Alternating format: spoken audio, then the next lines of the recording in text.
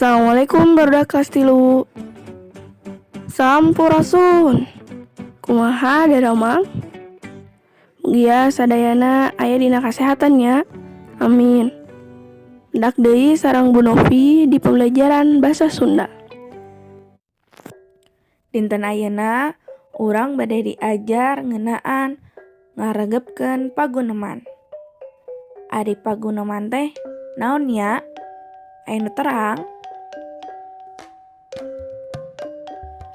Paguneman nyaeta kagiatan ngobrol atawa ngawangkong dua arah anu silih tempas sareng silih tanya jawab.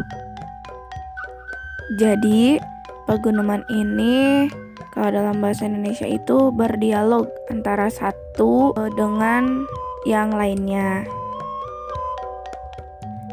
Nah, ayeuna ibu bade nyontoan paguneman. Di dieu palaku pagunemanna nyaeta aya Ato, Fitri, sareng Gina. Cobi ku aranjeun diregepkeun pagunemanna. Nyaeta tentang kegiatan bebersih. Iraha aya kegiatan bebersih teh Pit? Panginten enjing. Bebersihna naon to? Bebersih lingkungan. Jam sabaraha nya? Jam 8-an. Pan saur Bumia oge kitu. Bebersihna di mana nya? Nya di sakola we. Saha wae nu ngiring bebersih teh?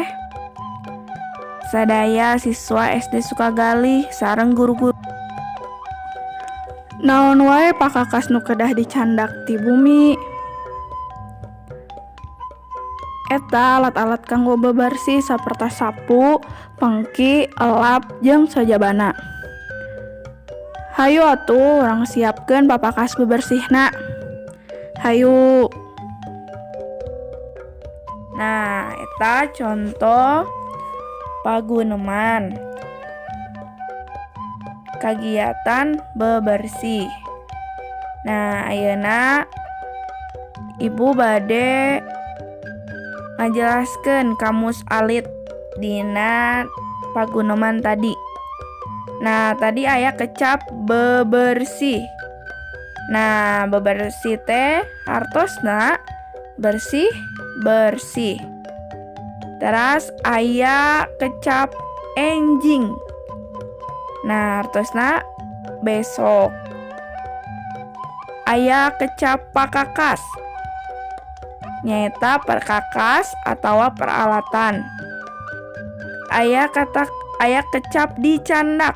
Nyaeta dibawa. Kecap hayu nyaeta ayo atau mari.